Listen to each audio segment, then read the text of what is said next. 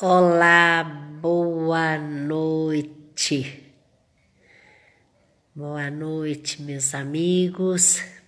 Nós estamos aqui mais uma vez nessa terça-feira maravilhosa com a proposta dos estudos, né? Boa noite, Letícia. Boa noite, Clóvis. Daqui a pouquinho vamos ver se a nossa convidada já está por aí. Vamos ver. Ah, já está sim.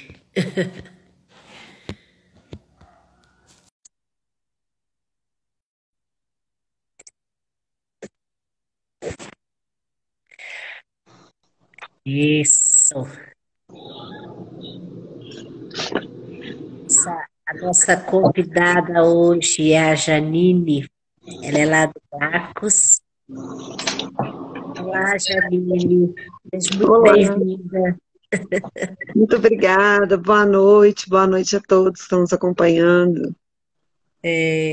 Como se diz aqui nas Contagens está um frio danado.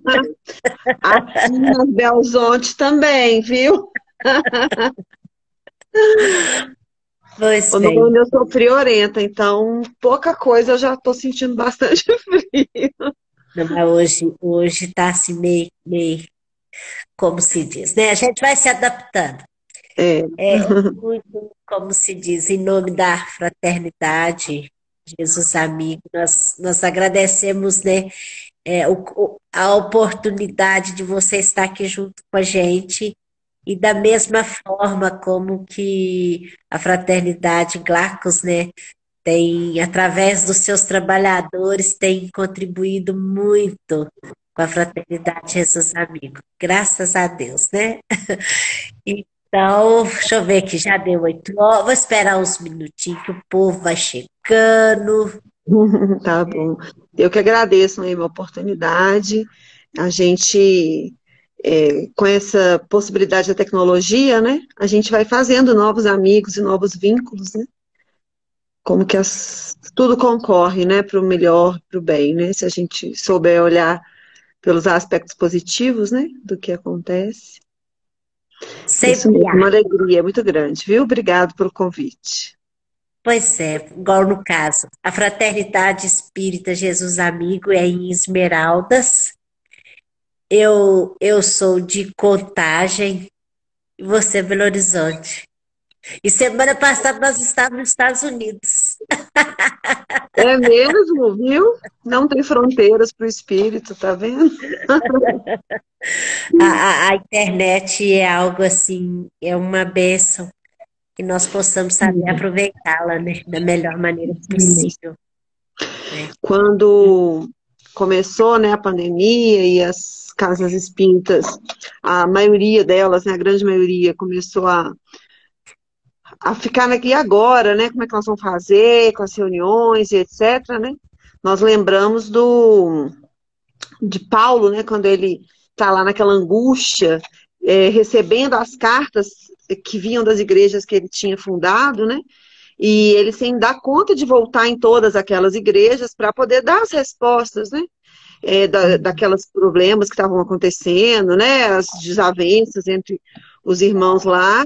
E ele recebe, né, a mensagem para que ele usasse os poderes do espírito, e ele é inspirado, então, a escrever essas cartas, né? E eu falo que a internet, as redes sociais são os poderes do espírito da atualidade. E foram esses poderes gerados pela nosso próprio progresso material que permitiu que nós continuássemos juntos, unidos, ativos, né?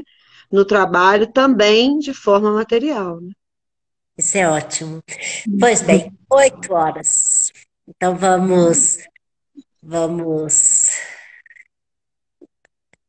nos conectar no sentido do objetivo maior, que é neste momento trazermos o conhecimento da doutrina espírita, que ela possa assim nos esclarecer, nos consolar e nos ajudar a abrirmos a nossa mente, o nosso coração e compreendermos cada vez mais as verdades espirituais bem como os ensinamentos do nosso Cristo. Senhor Jesus, nos ajude, nos ampare, nos sustente neste momento. E assim, em seu nome, em nome de toda a espiritualidade responsável por este trabalho, por esta casa, nós vamos iniciar os nossos trabalhos desta noite, dando graças a Deus. Janine, fique à vontade, que Jesus te abençoe. Obrigada, obrigada, Marina. Que você nos auxilie nessa jornada. Sejamos auxiliados, né? Que seja instrumento, né? Que sejamos todos instrumento aqui do bem, do amor e da vontade superior, né? Agradecendo mais uma vez a companhia e o convite da casa.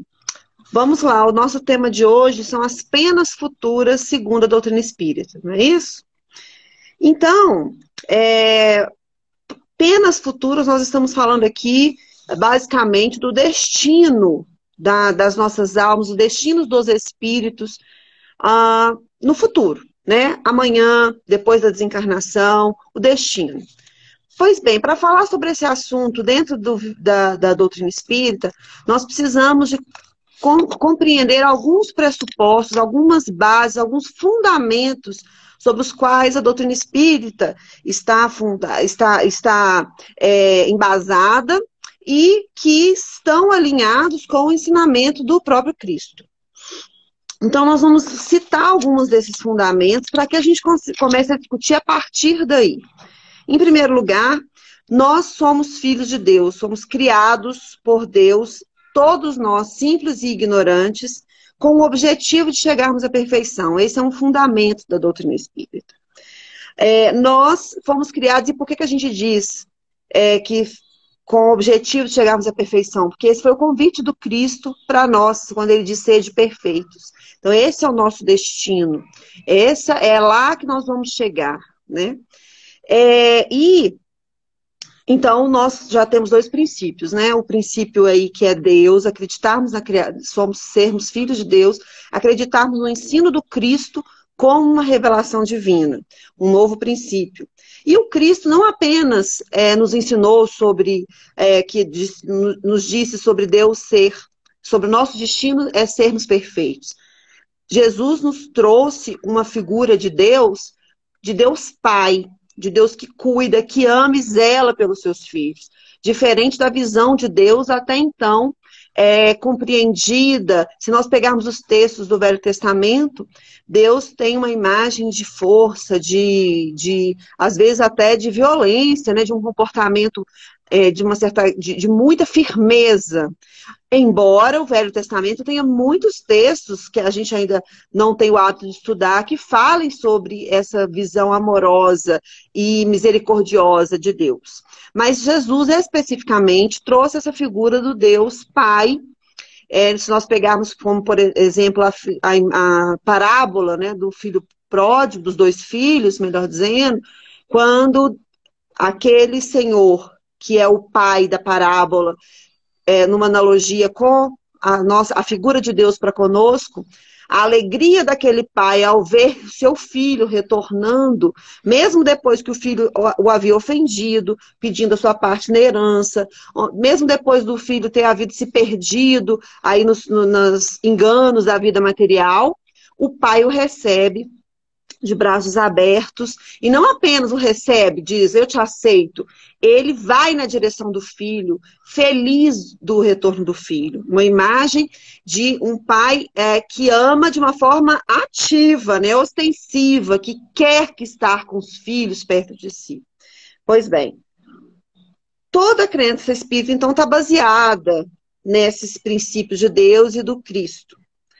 E dentro disso, a doutrina espírita, então, vai desdobrando os outros ensinamentos trazidos pelos espíritos para a codificação, a organização ali de Allan Kardec.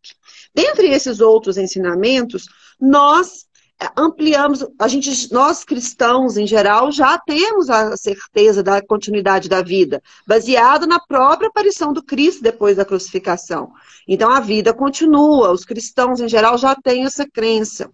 Nós, espíritas, acreditamos que essa continuidade da vida, e aí já vem o ensino, ela não se dá de uma forma, uma única experiência material, né, com uma única vida física somente, que o espírito é eterno e que para esse espírito cumprir o convite do Cristo de sermos perfeitos, esse convite, esse trabalho não pode ser executado em uma única oportunidade, em uma única e restrita e limitada existência, que é o caso dos anos em que nós estamos, que estão contidos entre o nosso nascimento e a nossa morte. Nós não conseguimos ali cumprir todo o propósito de Deus e do Cristo para as nossas existências, em apenas uma existência.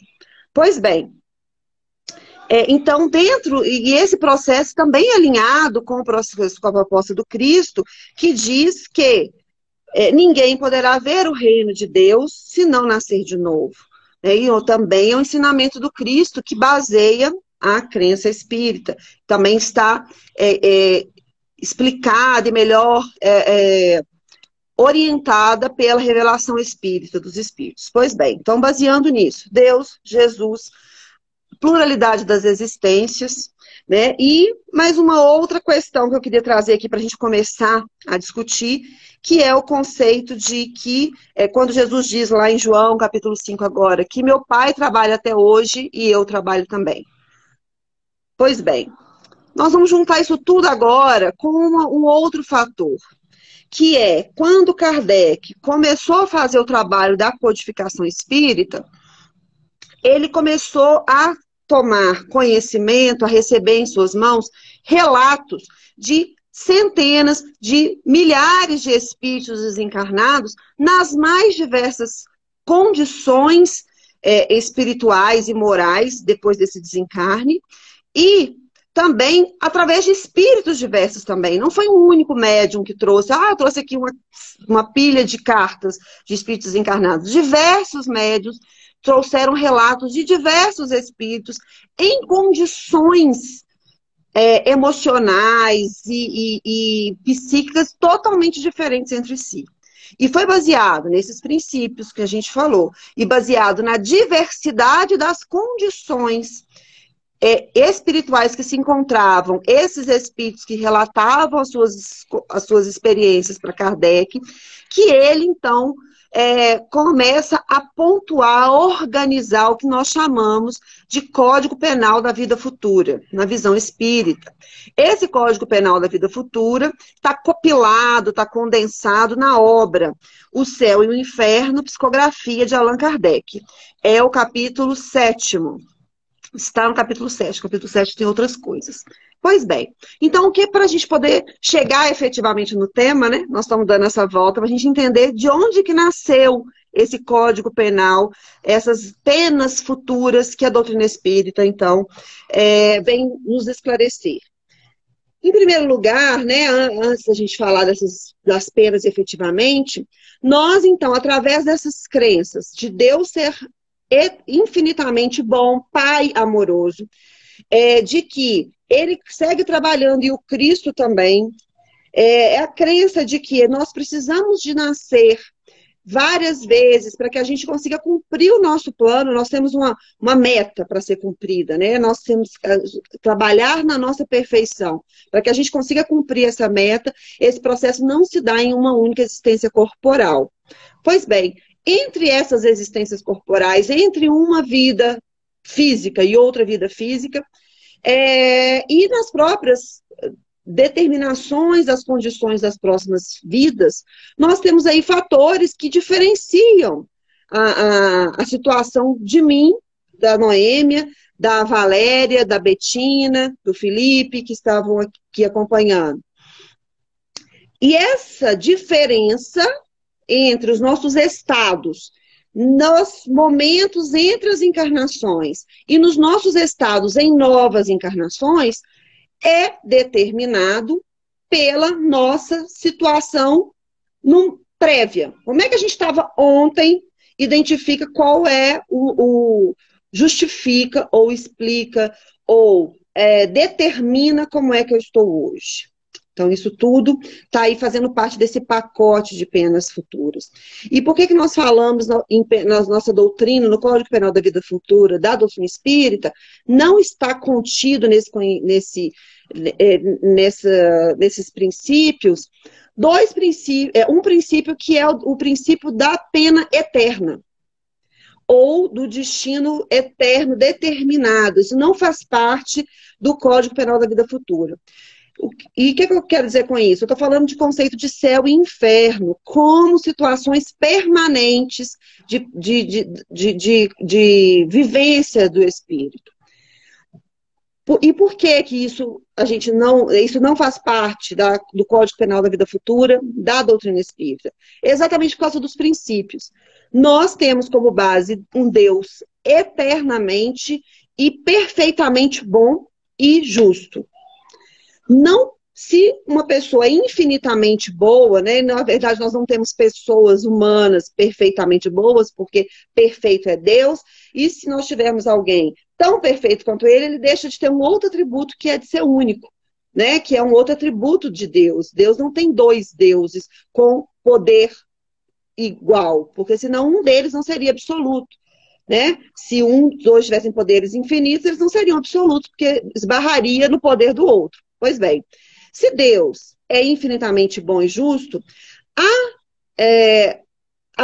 acreditarmos que esse Deus é incapaz de perdoar um filho que comete um erro, destinando esse filho a uma pena eterna no inferno, nós não...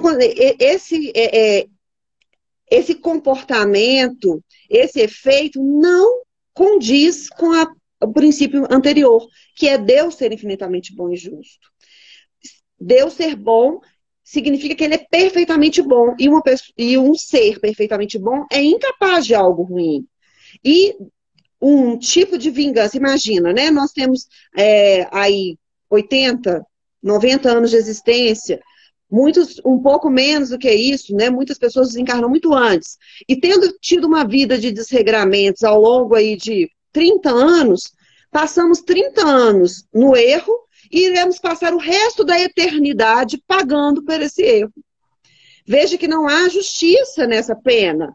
E se nós acreditamos que Deus é justo, nós não conseguimos, então, conciliar a ideia da justiça divina com a ideia de uma pena, um castigo infinito. Isso não combina.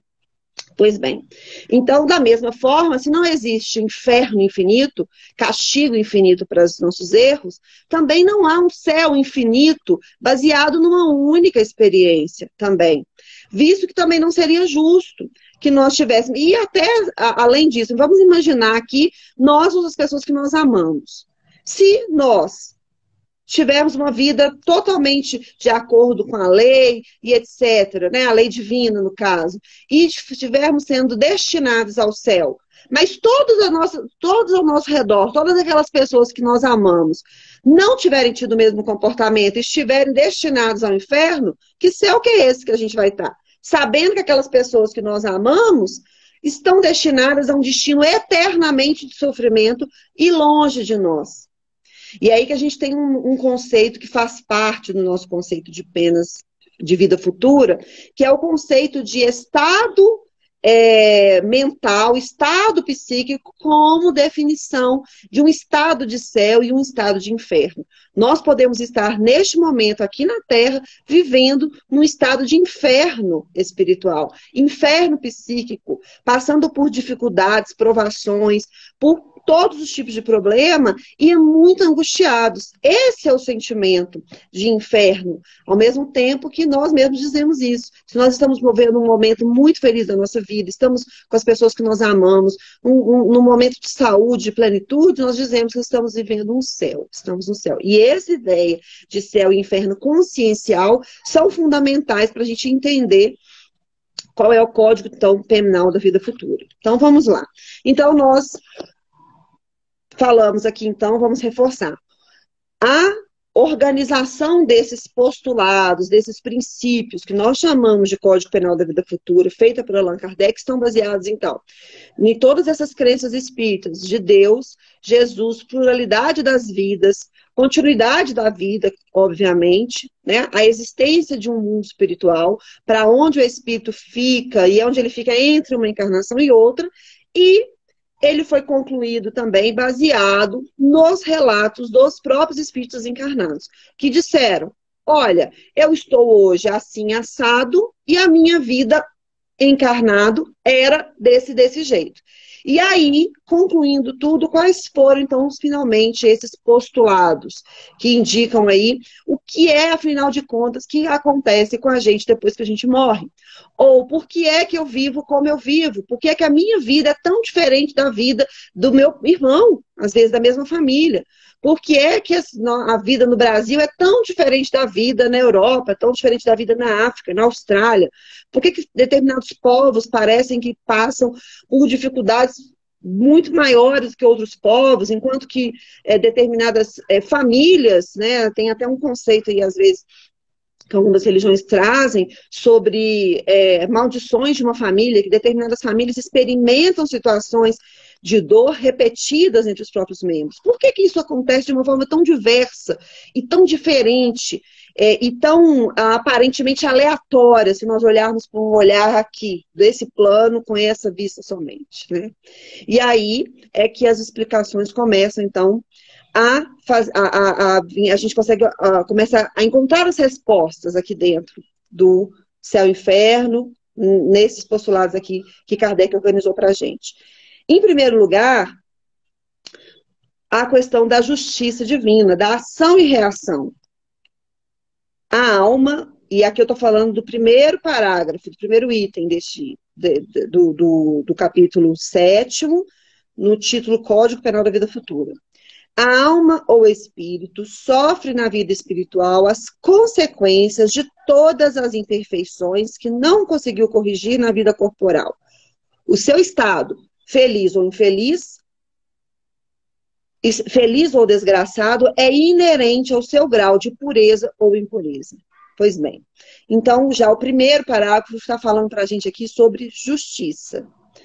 E essa é a base, né, desse Código Penal, né, e até o nome, né, a gente associa o nosso Código Penal brasileiro, o Código Penal italiano, né, cada país tem o seu Código Penal, que são contaminados pelas viciações da nossa própria era. Assim como o Código Penal de 20 anos atrás dizia que a mulher não podia trabalhar se o seu marido não permitisse, ela tinha que ter de acordo dele, né? Não sei, acho que 50 anos atrás isso ainda fazia parte do nosso código, né? E isso era condizente com o pensamento da época, e ele vai evoluindo. Mas agora nós estamos falando de um código para os espíritos imortais. Então nós estamos falando de bases que não vão se modificar de acordo com o nosso processo evolutivo. O nosso entendimento sobre esses itens pode mudar conforme a nossa própria evolução. Mas essa base da justiça, da lei de ação e reação, ela é base da lei divina promulgada por Deus, que é, portanto, imutável. Então, essa lei diz que tudo que eu sofro na minha vida espiritual é resultado de tudo que eu produzi na minha vida até aquele momento ali. E o que isso quer dizer? Né? Que nós, na nossa existência, nós recebemos um pedacinho de terra. Todos nós recebemos o nosso pedacinho de terra. Nós recebemos esse pedacinho de terra e nós temos um investimento de Deus, né, ali nesse pedacinho de terra, que é um investimento de família, recursos, inspiração, os nossos dons que a gente já tem, esse é o investimento. Mas quem decide como é que vai ser cultivado esse chão, esse pedaço de terra, quem decide o que é que vai plantar é cada um de nós. Nós temos o nosso livre-arbítrio, que é um outro princípio. E esse livre-arbítrio diz que eu recebi o meu pedacinho de chão, que é a minha existência, e eu vou fazer dela o que eu bem entender. Tá ótimo. Tá ótimo, eu vou fazer o que eu bem entender. Acontece que se tudo que eu plantar neste meu pedacinho de terra é o que a Noêmia vai colher, a Patrícia vai colher? Não. É o que eu mesmo vou colher. Assim como eu não vou colher o que está plantado na terra dos meus filhos, dos meus pais. Eu vou colher o que está plantado na minha terra, o que foi fruto das minhas escolhas. E essa é a justiça da divina atuando em todo o universo o tempo todo. Né? E essa vai determinar também, inclusive, todo o destino das almas após a morte, né, nesse caso. O parágrafo 2. A completa felicidade prende-se à perfeição, isto é, a purificação completa do espírito. Toda imperfeição é, por sua vez, causa de sofrimento e de privação de gozo, do mesmo modo que toda perfeição adquirida é fonte de gozo e atenuante de sofrimentos. Pois bem, se nós, então, estamos vivendo um momento de dificuldade, de desafios na área da saúde, estamos vivendo um momento de desafio na área profissional, junto aos nossos familiares, né? Nós não podemos acreditar que isso vem de... porque os meus... isso é porque o meu marido não é bom e aí eu estou pagando pelos filhos que ele...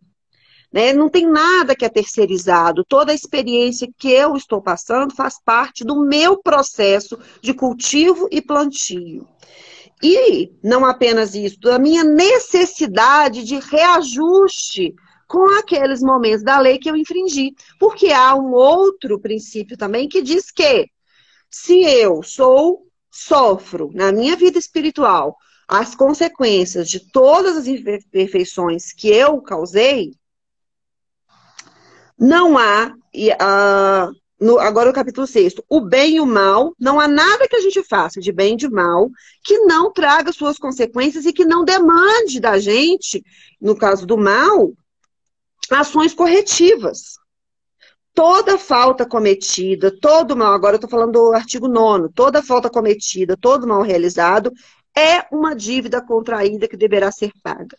Nós dizermos que não há inferno eterno e nós dizemos que o Deus Pai amoroso não nos condena ao sofrimento eterno por causa de uma vida de equívocos que a gente tenha tido na Terra, né? Não significa que Deus está nos eximindo de arcar com as responsabilidades das nossas atitudes. Porque se Ele é infinitamente bom, Ele também é infinitamente justo. E nesse processo significa que não há privilegiados, não há pessoas que estejam gozando de um relacionamento tranquilo, estejam gozando de uma harmonia familiar, estejam gozando de determinadas circunstâncias que a gente olha também com o nosso olhar limitado, lembrando que tudo também é muito relativo, né? A gente olha com o nosso olhar limitado e acredita que aquela pessoa está vivendo numa situação tão boa, ela só pode ser privilegiada. Não existe privilégio na lei divina. Há justiça de que tudo aquilo que eu contraio com a minha invigilância, com a minha rebeldia, com o meu orgulho, com o meu egoísmo, irá gerar uma correção, irá demandar uma correção. E quem é que vai corrigir esses equívocos que eu cometi? Alguém vai pagar para mim? Também não. Lembra a história da terra? Tudo que eu planto é o que eu colho. E só eu posso colher aquilo que eu plantei. Acontece que junto com a justiça divina ela se manifesta, ela se materializa com misericórdia, através da misericórdia. A justiça divina é misericordiosa. Então, as minhas faltas, que às vezes eu cometi ao longo de uma existência, eu vou quitar esses meus débitos com a lei divina ao longo e parcelado em 20 vezes, 20 existências para eu conseguir fazer a quitação dessa justiça, porque há misericórdia no processo. E também uma outra coisa muito importante da gente lembrar, que Deus não está lá anotando no caderninho dele, só observando, pagou a primeira parcela, cheque. Segunda parcela está atrasada, vou cobrar juros. Deus não faz esse papel. O que Deus quer de nós é que nós vivamos uma vida plena e feliz. Acontece que a lei de justiça, a lei divina, nos diz que esta falta necessita de correção. E quem é que cobra essa correção? A minha própria consciência. Não é na lei divina, na nossa consciência que está inscrita a lei divina, né? Segundo os Espíritos nos ensinam. E aí, quanto mais em débito eu estou, e quanto começo a tomar consciência dos meus débitos, porque a gente pode viver aí, ó, anos, décadas, séculos, milênios de equívocos, sem nem ter noção do que eu tenho feito de errado, da minha atitude estar prejudicando os outros, né? Posso viver nesse aparente ciclo vicioso ali, o tempo todo na mesma questão, mas em algum determinado momento a minha consciência vai despertar. E no momento em que ela despertar, eu começo a me cobrar as ações corretivas dos meus comportamentos. Eu começo a cobrar. E isso a gente não precisa nem olhar muitas existências, a gente não precisa nem voltar tão atrás assim. Basta a gente ver agora, né, na nossa atual existência, né? Quem aqui já teve uma dívida? Já ficou devendo alguma coisa para alguém? Que desassossego que é a gente estar devendo? Que incômodo que é a gente saber que a gente está devendo alguma coisa para alguém. A gente não dorme, a gente fica nervoso, porque tem uma dívida para pagar. E eu estou falando, às vezes, pode ser uma dívida até com a nossa família, com um irmão que emprestou um dinheiro para a gente. Estou falando de coisa pequena. Isso, aquilo nos incomoda. E proporcionalmente a esse incômodo, que alívio que é quando a gente consegue ficar livre. Quem aqui financiou imóvel, financiou um carro, e quando vai lá pagar a última prestação, nossa, mas é uma alegria. Bom, eu não sei se aqui alguém nasceu, né, assim, já numa situação que não precisou de parcelar nada, né, mas, pelo menos eu que, uma vida de parcelamentos, né, quando a gente consegue pagar a última prestação, aquilo é um alívio, é uma alegria da gente se ver, ai, pronto, quitei, estou livre dessa dívida. E se esse pensamento nos ocorre num plano totalmente material aqui, o que não é a gente quando a gente toma consciência das nossas dívidas morais e espirituais do nosso espírito? Quando a gente não percebe que aquela pessoa que a gente acredita que é o nosso algoz, na verdade foi alguém que eu muito prejudiquei. Sabe aquele parente que a gente acha que tem certeza que nasceu só para me pentelhar? Não, nasceu só para me testar. Essa pessoa que nasceu só para me tirar do sério, né? Ou então é esse colega de trabalho, é esse chefe, é esse vizinho que a propósito da vida dele é me infernizar. Quando eu percebo que na verdade é o contrário, né? Que na verdade eu é que perseguia, eu é que prejudicava, e que foi a minha necessidade de reajuste que atraiu essa pessoa para a minha convivência, eu já começo a ansiar pelo ajuste, ansiar pela quitação, ansiar por deixar a minha consciência em paz. E é esse processo que faz com que a gente, então, atraia para nós aquelas situações que vão fazer com que esse ajuste aconteça, que vão favorecer esse reajuste da nossa consciência. Não tem nada a ver com um Deus vingativo e punitivo. Não tem nada a ver com Deus querendo que a gente pague tudo que a gente fez. Tem a ver com a nossa vontade, a nossa necessidade de reajuste da nossa própria consciência, de vivermos em paz. E esse que é o determinante, né, de pagarmos pelo aquilo que fizermos, né? E a gente equivocadamente fala que a gente associa esse pagar por aquilo que fizemos como um processo, como se fosse uma vingança, né? Como se fosse uma questão de castigo divino para nós, né? Enquanto que Deus é o que é amor, né? O que Ele quer é que a gente seja feliz. Acontece que Código Penal da Vida Futura. Não há uma única imperfeição da alma que não importe funestas e inevitáveis consequências, como não há uma só qualidade boa que não seja fonte de um gozo. Pois bem, o outro, o bem e o mal que fazemos decorre das qualidades que possuímos. Ah, não, peraí, nesse que não, peraí. É o segundo que eu já li. A completa felicidade prende-se à perfeição. Isso é a purificação completa do espírito. Toda imperfeição é, por sua vez, causa de sofrimento.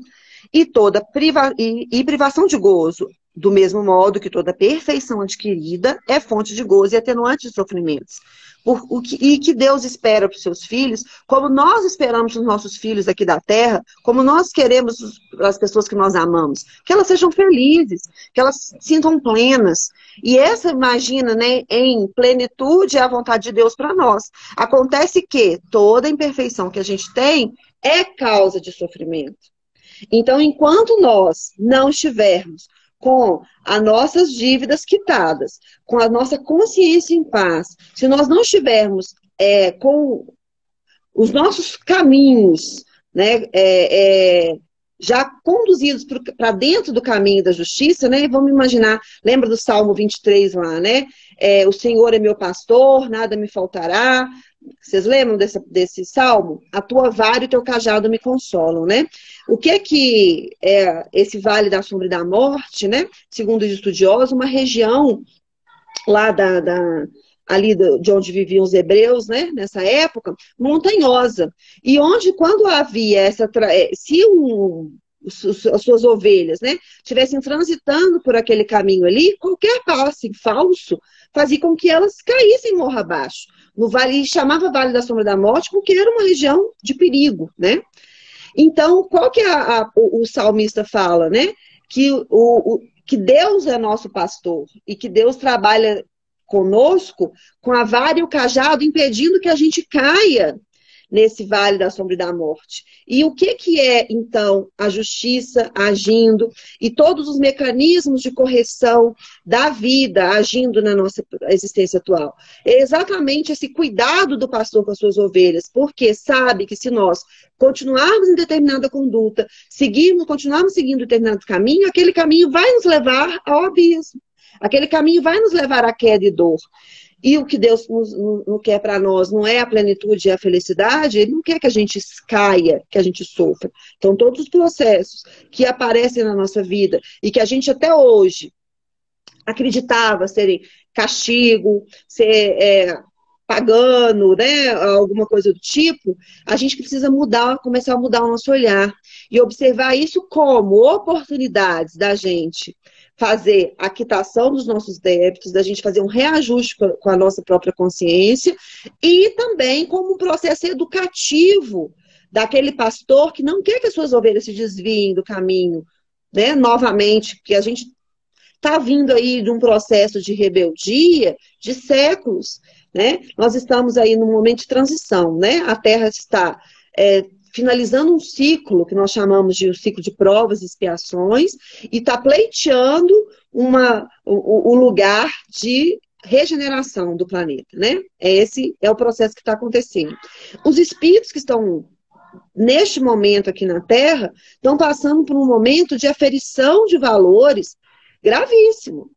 Não tem ninguém que está vivendo aqui na Terra agora, quer dizer, deve ter missionários aí, né, espalhados, talvez até tenha algum aqui na live assistindo agora, mas em geral, a média, e basta que a gente olhe e abra o jornal para a gente poder perceber isso, a média dos espíritos aqui na Terra ainda está rebeldemente, né, teimando contra a lei divina. Nós estamos aqui, nós não podemos dizer, e isso era um outro combinado que eu queria ter feito no começo, mas vale fazer agora, né? Quando a gente falar de Código Penal da Vida Futura, não vamos pensar nos outros, né? No vizinho, no fulano que eu li as notícias hoje, porque isso diz respeito a cada um de nós, diz respeito à nossa consciência, a como nós lidamos com aquilo, com as construções do nosso espírito, que a gente se abstenha dessa vontade de julgar os outros, né? Porque isso é muito fácil, né? Determinar quem vai para cá, quem vai para lá, esse fulano aí, com certeza é um espírito muito ruim, por causa disso, disso, disso. Quem sabe disso é só Deus, né? Nós não sabemos. É totalmente ineficiente.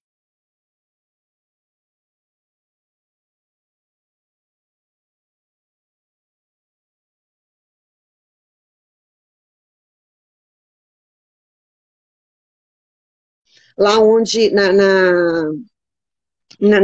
decisões da sua vida. Isso é totalmente perdido, essa energia que eu gasto pensando nisso. Porque eu não respondo pela plantação do outro. Eu não respondo pelo que o outro está semeando, pelo que ele está colhendo, não respondo por isso. Eu respondo, lembra da nossa analogia, pelo tantinho de terra que eu recebi. Pelo que eu fiz na minha plantação aqui, ó, pelo quais foram as sementes que eu escolhi, o que eu resolvi plantar e como é que eu estou fazendo a colheita. E pensando que o processo de colheita da vida, ele não é só, aliás, o processo da plantação da vida não é plantei ontem, estou colhendo hoje. Eu plantei ontem, estou colhendo hoje, mas estou plantando de novo hoje o que eu vou colher amanhã e assim sucessivamente, né? Então, eu gastar a minha energia preocupada se tem alguém que está pagando o suficiente, que não está pagando o suficiente, ou o que será que aquela pessoa fez para estar merecendo tudo que ela está vivendo agora. Isso não me leva a lugar nenhum, não me tira de onde eu estou. O que eu preciso fazer é uma análise sincera de como é que eu tenho vivido a minha vida e qual é o tipo de vida futura que eu almejo, sabendo que eu vou viver amanhã o resultado do que eu estou vivendo agora. Eu vou colher amanhã o resultado do que eu estou plantando hoje. É esse que é o objetivo da gente estudar sobre esses princípios que determinam o destino dos espíritos, né? Não é fazer julgamento de ninguém, tá? Então, esse combinado aí que a gente queria fazer. Então, porque a gente é viciado, né? Porque é muito mais fácil eu consertar a vida do outro que a minha. Porque o outro, se ele quiser melhorar da vida, é só ele fazer uma coisinha que a gente tem a fórmula certinha do que o outro precisa fazer para consertar a vida dele, né? Tenho certeza que se a gente for pensar aqui umas 5 pessoas próximas, os problemas que elas têm, a gente tem resposta para todos. Mas, né, a dificuldade é eu saber quais são os problemas da minha vida, como é que eu contribuí para que esses problemas estivessem na minha vida hoje, e como é que eu ajo para resolver esses problemas e produzir uma manhã de felicidade e plenitude para mim. É esse que é o que é útil que eu faça, né, nessa reflexão de hoje. Pois bem, lá no Código 10, né, e aí a gente falou um pouquinho sobre a vida presente, né, a vida encarnada material aqui, assim como o espírito desencarnado experimenta as consequências da sua última existência, assim também quando nós reencarnamos, nós estamos aqui vivendo uma existência que foi determinada pelo conjunto das minhas experiências passadas, mais aquilo que eu agora quero conquistar de virtudes para garantir experiências futuras mais felizes. Ficou confuso? Então vamos lá.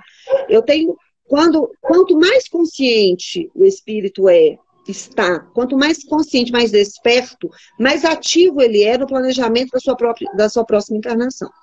Né? Quanto menos consciência ele tem, quanto mais primitivo ainda é o espírito, menos ele participa das decisões. Essas decisões são programadas e são ajudadas pelos nossos espíritos superiores, pelos nossos anjos da guarda, por esses espíritos bons, né, que cuidam da gente, que zelam por nós aí o tempo todo. Pois bem, mas vamos falar de um espírito que está consciente, né, de um espírito que tem noção do que fez, né, que tem noção daquilo que vem plantando ao longo das suas existências, que sabe do seu potencial. Puxa vida, eu já sei que eu tenho dificuldade com a questão da preguiça. Eu já sei que eu tenho dificuldade com essa questão de deixar as coisas para depois, né, de adiar os meus compromissos, de não me entregar aos compromissos que eu assumi. Eu já sei que eu tenho essa dificuldade. Eu tenho essa consciência, mas eu venho caindo, reincidindo nesses equívocos o tempo todo, né? Então, eu tendo essa consciência, numa programação de uma experiência, eu sabendo que eu preciso vencer essa minha dificuldade. Por quê? Para cada imperfeição, um sofrimento, né? Para cada virtude, uma alegria. Eu, inteligentemente, não quero mais sofrer. Eu quero viver em plenitude. Portanto, esse vício que eu sei que eu tenho, eu preciso de criar mecanismos para que eu consiga conquistar a virtude de não mais ser uma pessoa preguiçosa, de ser uma pessoa ativa, de ser uma pessoa que valoriza o trabalho, né? Então, nessa programação da minha existência, eu quero congregar aqui situações que vão me obrigar a ser uma pessoa com menos oportunidade de preguiça. Ao mesmo tempo que eu estou agora contraindo um novo financiamento, né? Que é o financiamento de uma possibilidade de aquisição de uma virtude. Mas eu tenho dívida ainda que eu parcelei, né? No passado. Lembra das minhas dívidas parceladas? No meu carnê de 20 existências? Então, junto com as virtudes que eu quero adquirir e que eu peço situações que vão favorecer a aquisição daquela virtude, eu ainda vou trazer alguns boletos para pagar. Né? Então, eu vou começar a juntar isso tudo numa existência. E, às vezes, no momento em que parecer que eu estou com os filhos mais ingratos, com os irmãos menos reconhecidos, com o trabalho mais desafiador, com a condição financeira piorzinha da minha existência, eu não preciso olhar assim, Deus está me castigando por alguma coisa que eu fiz e que eu nem lembro que eu fiz, né? Que pode ser um pensamento. Eu posso estar vivenciando nessa experiência tanto uma situação de realmente quitando débitos que eu venho adiando, e agora eles se acumularam, quanto também experiências que eu mesma pedi, porque eu quero adquirir virtudes novas. Né? E eu quero parar de sofrer, parar de errar no mesmo ponto. Né? E aí, a minha situação material, às vezes, é uma situação em que eu estou trabalhando, me falta nada, mas eu não tenho. Eu gostaria de ter uma vida de plenitude material, eu queria ser rica, não precisar trabalhar e etc, etc. Né? Mas aí, na hora que eu acho que eu vou fazer um pezinho de meia, aí o telhado estraga, né? Eu tenho que trocar o telhado. Na hora que eu acho que eu vou fazer, agora eu vou sobrar um dinheirinho para eu viajar, né? O cachorro adoece, né? E a gente não consegue. E isso, eu fico pensando, puxa vida, por que todo mundo viaja? Todo mundo tem isso, todo mundo menos eu não tenho.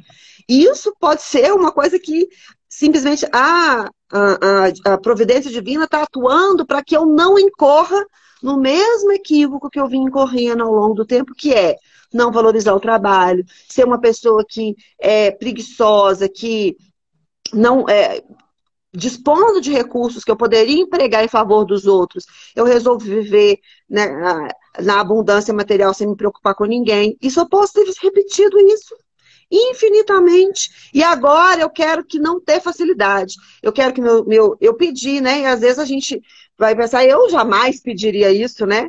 Eu vou contar um caso pessoal aqui, né? O meu filho mais velho tinha muito problema com ele na escola, de não fazer para casa, e queria faltar de aula, né? Aquela história que toda mãe já escutou, né? Mas toda mãe dos meus colegas deixa eles faltar, né? E eu não deixo. Por que eu não posso acordar mais tarde? Aquelas coisas de menino. E aí ele falou comigo assim, por que só eu que não posso faltar, né? Aí eu falei com ele assim, meu filho, eu acho que quando você estava lá no plano espiritual, você falou assim, oh Deus, eu sou um menino meio preguiçoso, não gosto de fazer minhas obrigações, né? Eu quero uma mãe que não vai deixar eu faltar de aula, né? Eu quero uma mãe brava que não vai deixar eu ficar fazendo corpo mole. Aí ele falou assim, deve ter algum engano, eu nunca ia pedir uma coisa dessa, ele falou comigo.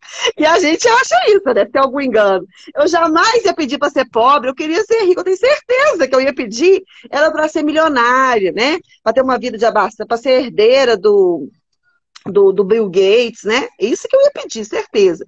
Acontece que tudo aquilo que a gente olha pelo olhar plenamente material, essa posição aqui, ó, do hoje, do agora, isso tudo aqui é muito passageiro. E isso tudo aqui não significa que é o que o meu espírito imortal, que está ansiando por viver em plenitude, precisa.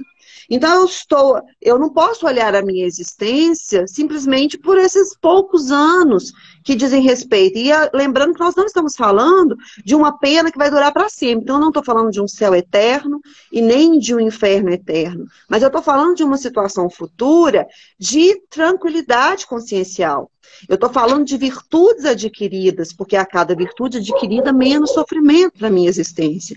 Então, nesse patamar ampliado, essa visão de não apenas do hoje, mas a minha visão como espírito imortal, eu começo a perceber que as dificuldades, que as lutas e etc., são todas elas ferramentas e instrumentos para que eu alcance um estado de céu consciencial e espiritual mais rápido. Enquanto que as aparentes facilidades e as aparentes tranquilidades da vida material não me aproximam desse objetivo necessariamente. Né? Então, se eu tenho uma situação ao contrário, né, de muita abastança material, e eu estou agora refletindo assim, e agora, né? Ganhei na Mega Sena.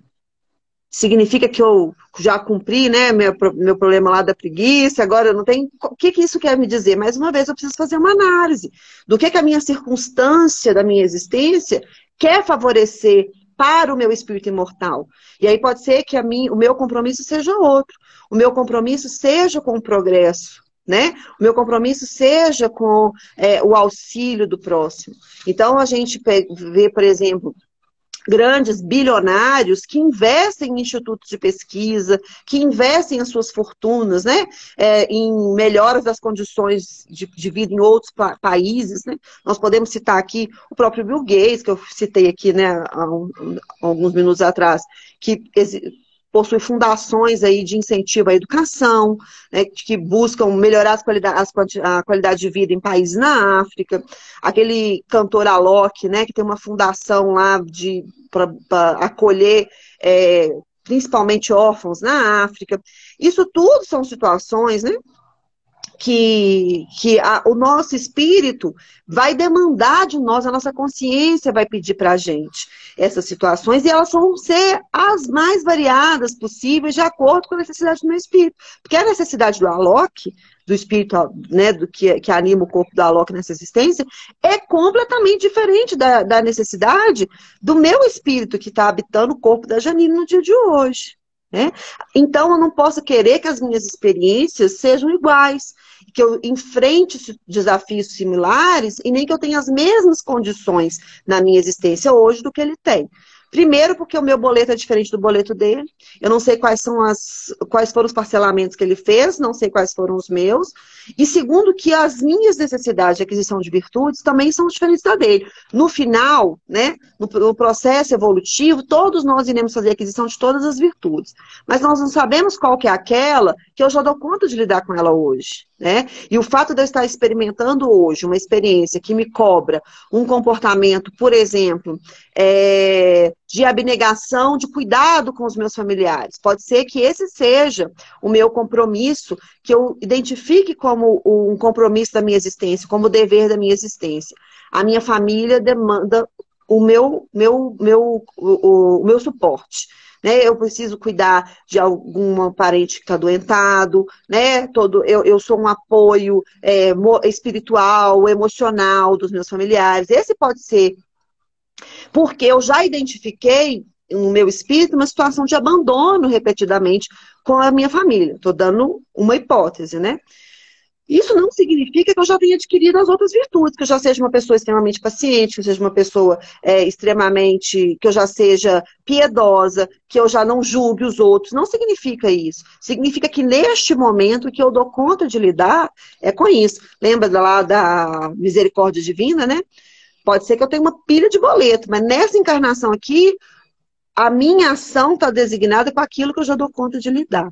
E se eu tenho dúvidas, né, de qual é, então, o meu boleto que eu estou pagando, qual que é o meu compromisso nessa existência, né, uma dica dos espíritos é que a gente observe os deveres que a vida nos impõe. Porque nos deveres, aqueles compromissos que eu não posso fugir, aquilo que não é escolha minha, ali é que está, onde é que eu sou demandada nessa existência. É nesse ponto aí que a gente está pensando, cada um aí está pensando agora, o meu dever é com isso. Né? O meu dever, por exemplo, é em evangelizar um irmão lá da casa espírita. Né? Meu dever é esse. Eu posso até contribuir com ele, como todos nós contribuímos na nossa convivência uns com os outros. Mas o meu dever é com quem está dentro da minha casa, é com os meus pais, com os meus irmãos. Né? O meu dever é com aquelas pessoas que trabalham mais próximas comigo. É naquele lugar onde eu não posso sair. onde a vida está me conduzindo a uma determinada situação, é ali que eu devo atuar, né? E também não ficar imaginando assim, se eu ficasse rico, eu ia criar uma creche, né? Porque eu acho que assim eu ia evoluir muito mais rápido. As pessoas que têm que ter creche, que têm que cuidar dos idosos nos asilos, já estão fazendo isso, né? Se aconteceu de você ter uma oportunidade de fazer um trabalho desse, de atuar nessa frente, vai acontecer na sua vida. Mas às vezes a gente também tem esse equívoco, né, de ficar imaginando que o nosso dever, que a gente vai evoluir, que a nossa missão na vida é fazer coisas grandiosas e fora, né, do nosso ambiente aqui doméstico, é um equívoco também, né, da nossa parte. Porque aquilo que o meu espírito precisa, aquilo que eu me comprometi nessa existência, é o que está posto para que eu vivencie, experimente, não tenha como fugir nessa existência. É isso. A gente já está quase acabando o tempo, né, Noemi? Eu queria só contar um caso, porque a gente... É um caos, né? Mineiro gosta de contar um caos. Só abrir aqui o computador novo, porque ele está aqui na tela. Que foi contado, na verdade, por Humberto Campos, no livro Contos e Apólogos. Irmão X, né? Psicografia do Chico Xavier. Ele fala sobre o caso de 4 operários solteiros, quase todos na mesma idade, que perderam a vida juntos, né, a vida material juntos, num acidente. Os 4 desencarnaram igualzinho. André Luiz fala, Humberto Campos fala, que do ponto de vista material, foi visto como uma fatalidade de pessoas que tinham uma vida muito parecida. Gente, eles eram jovens, tão bons, né, solteiros e etc. Colocou todo mundo no mesmo balaio. E se nós formos observar agora, a gente está falando aqui sobre toda imperfeição gera um sofrimento, a gente já está pensando assim, os 4 morreram no acidente juntos, eles devem os 4 ter provocado algum acidente na vida anterior, né? Os 4 devem ter acontecido, porque a gente tem esse vício, né, de ficar aí adivinhando o que cada um fez na vida passada e por que cada um viveu o que está vivendo, né? E aí, quando Humberto Campos narra que quando eles chegaram no tribunal espiritual, né, os 4 foram, então, entrar em contato ali com a sua realidade pretérita, com a realidade de seus próprios espíritos. O primeiro deles estava indignadíssimo, que tinha morrido na flor da idade, que aquilo era um absurdo, que tinha sofrido naquele acidente. E aí, então, o benfeitor fala para ele, olha, tô vendo aqui na sua ficha, né, nos seus boletos passados aqui, que você assumiu pesado compromisso usando os teus recursos de trabalho para fins inconfessáveis. Há viúvas e órfãos chorando no mundo, guardando amargas recordações da tua influência. Então, o primeiro saiu lá chateado, né? Rabinho entre as pernas, quando a gente é defrontado com a verdade, a gente acha que a gente está coberto de razão, né? Esse foi o primeiro. Aí veio o segundo, né? Para poder perguntar, questionar também que história é essa da minha vida ter sido arrebatada, assim, de uma forma tão violenta. Não, aí o primeiro ele fala para ele assim, volta à paisagem onde você viveu e recomeça a luta de redenção, reajustando o equilíbrio daqueles que você prejudicou. Lembra que quem tem que colher o que foi plantado por nós somos nós mesmos? Volta lá para restituir a paz e a segurança dessas pessoas que você prejudicou. Aproximou-se o segundo, então, e o benfeitor falou, revela uns apontamentos a teu respeito que lhes ache a fábrica em que você trabalhava. Você recebeu mais do que devia e não correspondia ao esforço que você tinha demandado. Volta ao seu antigo núcleo de serviço e auxilie os companheiros e as máquinas que você explorou no mau sentido. É indispensável que você resgate o débito de algumas milhares de horas junto deles em atividade assistencial. Aí veio o terceiro. Quer dizer, os débitos do segundo já eram muito diferentes do primeiro. O terceiro. As informações da tua romagem no planeta terrestre explicam que você demonstrou uma louvável correção no seu proceder. Você não valeu do seu serviço para prejudicar ninguém, não traiu as suas obrigações, recebeu no mundo o que era devido.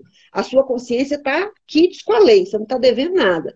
Você pode escolher o seu novo tipo de experiência, mas ainda na Terra, onde você precisa continuar o curso da própria sublimação. O que aconteceu com esse daqui? Ele cumpriu o que estava escrito. Ele não está devendo ninguém, mas ele talvez não tenha feito aquisição de virtudes, ele não fez, não deu o passo adiante, e talvez não tenha aprendido a amar efetivamente. Ele cumpriu a sua obrigação e ficou naquilo mesmo. Isso não é minha obrigação, o problema do outro não é meu problema, né? Fiquei ali. E aí, finalmente, chegou o último, que estava nimbado de belo esplendor. Raios de safira de claridade envolviam-no. E aí, o benfeitor falou: meu amigo, a colheita da tua sementeira confere-te a elevação. Serviços mais nobres esperam-te mais alto. O trabalhador humilde, né, ficou até sem graça, afastou as lágrimas ali. E aí os outros ficaram assim, como assim? Por que que ele foi privilegiado, né? Se nós aqui, um voltar para poder resgatar os débitos com as pessoas que ele lesou, o outro com o trabalho que ele lesou, o outro ficou quites, mas ainda tem que voltar para a terra ainda para adquirir virtudes. E o último, então, o benfeitor explica. O irmão promovido é um herói anônimo da renúncia. Nunca impôs qualquer prejuízo a ninguém, sempre respeitou o trabalho que ele honrava com a sua colaboração e não se limitou a ser correto para com os deveres, através dos quais conquistava o que era necessário à vida. Ele sacrificava-se pelo bem de todos, soube ser delicado nas situações mais difíceis, suportava o humor inadequado dos colegas com bondade e entendimento, inspirava confiança, distribuía estímulo e entusiasmo, sorria e auxiliava sempre. Centenas de corações seguiram-no além da morte, oferecendo preces, alegrias e bênçãos. A lei divina jamais se equivoca. Então, esse conto, né? Quem quiser ler de novo aí, então, no livro Contos e Apólogos, do Irmão X, ele mostra a diversidade das possibilidades. A gente não pode olhar um fato e achar que a gente já sei tudo que isso aí fez, tá passando o que ele passou, só pode ter feito isso na encarnação passada. Não é sobre isso.